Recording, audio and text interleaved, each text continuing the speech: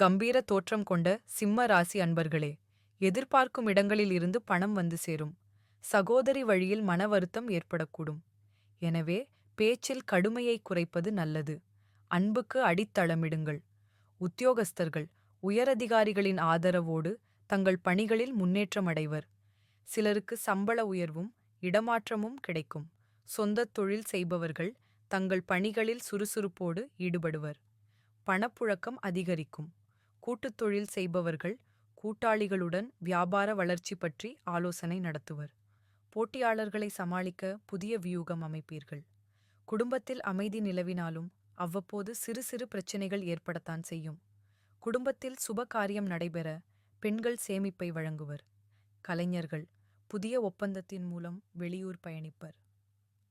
சிறப்பு பரிகாரம்: இந்த வாரம் வெள்ளிக்கிழமை துர்க்கை அம்மனுக்கு செவ்வரளி மாலை சூட்டி வழிபடுங்கள்.